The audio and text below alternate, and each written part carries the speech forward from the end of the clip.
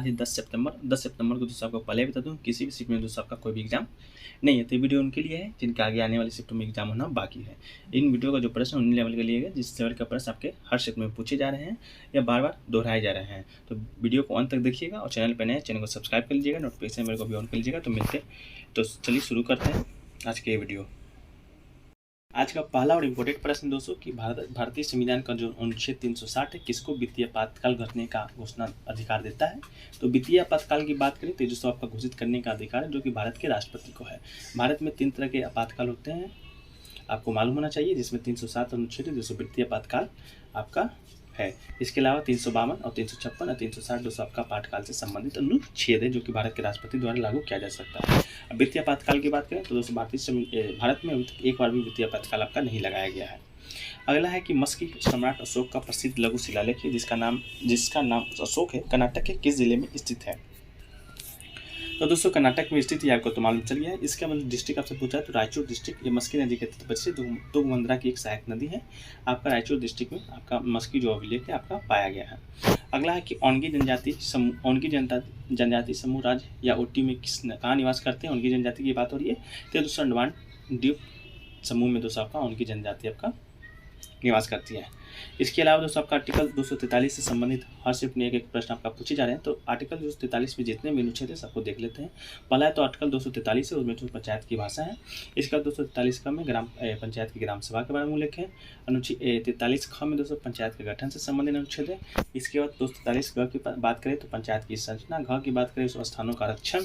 इसके बाद घ की बात करें दोस्तों तो पंचायतों की अवधि, और च की बात करें तो सदस्यों की निरताएं, और दोस्तों छ की बात करें तो आपका पंचायत की शक्तियाँ प्राधिकार उत्तरदायित्व से संबंधित है। इसके बाद ज से बात करें तो आपका पंचायत के द्वारा अधिरोपित करने की शक्तियाँ उनकी निधियों से संबंधित है। इसके अलावा झ की बात करें तो वित्तीय स्थिति के पुनर्वलोकन के लिए वित्त आयोग का गठन से संबंधित आपका झ है। इसके बाद दोस्तों ये इस तरह के आपको जितने भी आर्टिकल है सबको पीडीएफ में शामिल कर दिए गए। आप चाहें तो पीडीएफ प्राप्त करके पढ़ सकते हैं। पीडीएफ आपको टेलीग्राम चैनल या व्हाट्सएप नंबर मैसेज करने से मिल जाएगा, सभी का लिंक डिस्क्रिप्शन बॉक्स में दिया रहेगा। अगला क्वेश्चन दोस्तों 1974 से 78 के बीच कौन सी पंचवर्षीय योजना थी। तो 1974 से 78 की बात करें तो उस समय दोस्तों का पंचवर्षीय योजना का समय था। इसका फर्स्ट प्लान की बात करें, पहला पंचवर्षीय योजना 251 से 56 का था। थर्ड की बात करें तो 61 से 66 का था, और सेकंड की बात करें 56 से 61 था आपका पंचवर्षीय योजना। इसके बाद फोर्थ 69 से 74, और इसके बाद रोलिंग प्लान आया था जो कि 78 से 18 तक था। इसके बाद दोस्तों इस तरह से आप देख सकते हैं सभी प्लान को शामिल कर दिए गए, पीडीएफ से प्राप्त कर सकते हैं। अगला है दोस्तों आपका कि शेड्यूल 8 में कौन सी लैंग्वेज नहीं है, तो आपका ऑप्शन से बनाना है। इससे क्वेश्चन को शामिल किया गया है। तो आपका राजस्थानी लैंग्वेज है जो कि आपका शेड्यूल 8 में आपका नहीं है।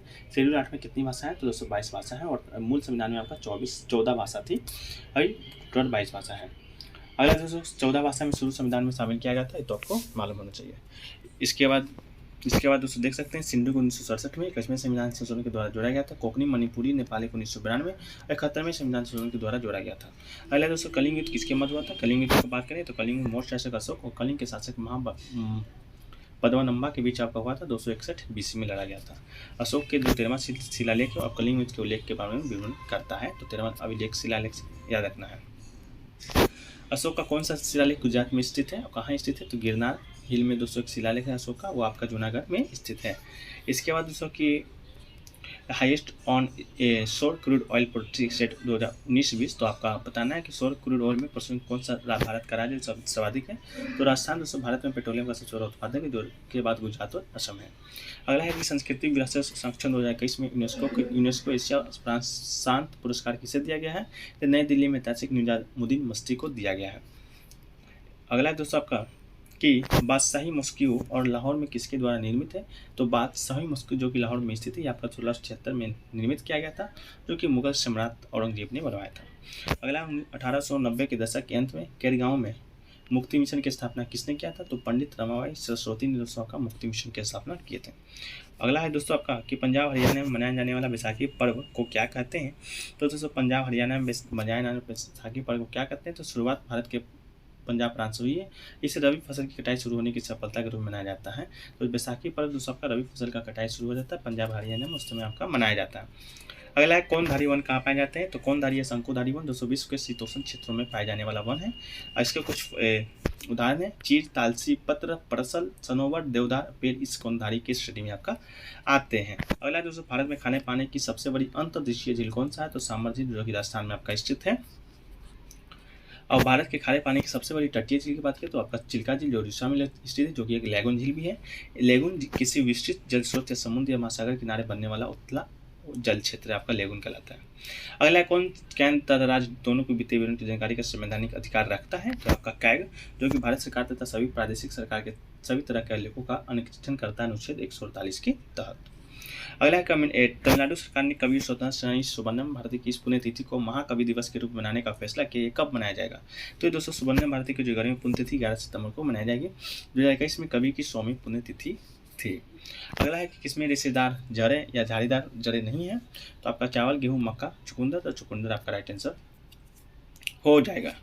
अगला है दोस्तों आपका चावल, गेहूं, मक्का, गेंदा सभी जो है एक बीजपत्र रेशेदार जल प्रणाली के कुछ उदाहरण है। अगला दोस्तों राष्ट्रीय सुरक्षा कानून कब लागू हुआ, तो राष्ट्रीय सुरक्षा कानून की बात करें तो आपका 27 दिसंबर 1980 को पारित हुआ था, लागू हुआ था। ये कानून सरकार को किसी संदिग्ध व्यक्तियों की गिरफ्तारी करने का शक्ति देता है। अगला कि आयरन, गोल्ड, सिल्वर, स्टील में कौन सा सबसे अलग है, तो स्टील बाकी सब स्टील आपका अलग है क्योंकि बाकी सब तत्व स्टील मिश्र धातु है। स्टील लोह, कार्बन और अन्य तत्वों से बना एक मिश्र धातु है। अगला है ऑक्सीजन, फ्लोरीन, नाइट्रोजन, आर्गन में सबसे अक्रिय गैस बताना है, तो आपका आर्गन राइट आंसर हो जाएगा। इसके अलावा दोस्तों वायरलेस टेक्नोलॉजी ब्लूटूथ का आविष्कार किसने किया था, तो जेम्स हास्टन 1994 में इसका आविष्कार किया था। अगला चिट्टी के रंग में कौन सा अम्ल होता है, तो फॉर्मिक अम्ल जो चिट्टी के अंत में पाया जाता है जिसे 34 मेथनोइक एसिड भी कहा जाता है। अगला न्यूटन के गति के प्रथम नियम को क्या कहते हैं, तो न्यूटन की गति को प्रथम नियम को दोस्तों आपका जड़त्व का नियम लॉ ऑफ इनर्शिया कहते हैं। इसके बाद गति के द्वितीय नियम को संवेग का नियम लॉ ऑफ मोमेंटम कहते हैं। और तीसरा गति दोस्तों आपका rule of action and reaction क्रिया प्रतिक्रिया का नियम कहलाता है। अगला हेपेटाइटिस रोग किससे होता है, तो हेपेटाइटिस रोग की बात करें तो ये आपका यकृत शोथ हेपेटाइटिस एक विषाणु जनित रोग है, तब विषाणु से दोस्तों होने वाला रोग है। इसके अलावा दोस्तों तन्यता को परिभाषित करना है, तो तन्यता की बात करें तो किसी ठोस पदार्थ की तनाव डालने पर खींच कर काट बदल लेने की क्षमता को बोलते हैं। जिसे धातु को खींचकर उसे तार बनाया जा सकता है उसे तन्यता कहते हैं। सोना दोस्तों सबसे अधिक तन्यता वाला गुण वाला होता है। 1 ग्राम सोने में 2 किलोमीटर लंबा तार खींचा जा सकता है। अगला जल का हिमांक बिंदु केल्विन में बताना है, तो freezing point of water on kelvin scale आपका कितना हो जाएगा, तो 273.15 केल्विन आपका राइट आंसर हो जाएगा। अगला बरगद का वैज्ञानिक नाम बनाना है, तो बरगद का वैज्ञानिक नाम दोस्तों आपका फिकस बेंगालिसिस आपका राइट आंसर हो जाएगा। वही आम की बात करें तो मैग्नीफेरा इंडिका आपका राइट आंसर हो जाएगा। अगला है चूने का पानी कौन सी गैस प्रोवाइड करने की दुधिया हो जाता है, चूने के पानी में कौन सा गैस प्रोवाइड करने पर दुधिया हो जाता है, तो चूने के पानी में कार्बन डाइऑक्साइड प्रोवाइड करने पर विलयन आपका दुधिया हो जाता है। अगला है कि बीस बिलोंग्स टू एनिमिला, तो क्यूलेक्स मच्छर जो कि दोस्तों आपका एनिमिला प्रजाति से आती है। अगला है मेडुरज्जु किससे जुड़ा रहता है, तो मेडुरज्जु की बात करें दोस्तों आपका ब्रेन से कनेक्टेड रहता है मेडुरज्जु। इसके अलावा दोस्तों आपका कि पॉलीथीन कौन सी अजैविक है दोस्तों, तो अजैविक कौन सी है, कल शिफ्ट में आपका प्रश्न पूछा गया था।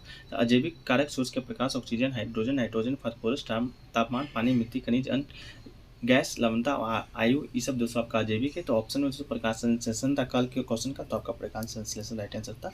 बाकी इसके अलावा ये सभी जो है आपके अजैविक है। अगला पॉलीथीन किस प्रकार के मिलकर बना होता है, तो पॉलीथीन दोस्तों आपका polymerization of ethylene chemical formula आपका C2H4 होता है। इथिलीन से दोस्तों आपका मिलकर पॉलीथीन बनता है।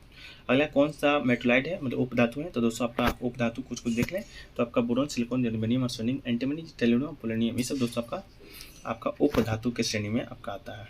तो दोस्तों आज का वीडियो यहीं पर समाप्त करते हैं, फिर मिलते हैं दोस्तों नेक्स्ट वीडियो देखने कैसा लगा कमेंट सेक्शन में बताएगा। अच्छा लगा वीडियो को लाइक कीजिएगा, दोस्तों में शेयर कीजिएगा और चैनल पर नए दोस्त चैनल को सब्सक्राइब कर लीजिएगा, नोटिफिकेशन बेल को ऑन कर लीजिएगा। मिलते हैं नेक्स्ट वीडियो में, जब तक के लिए जय हिंद, जय भारत।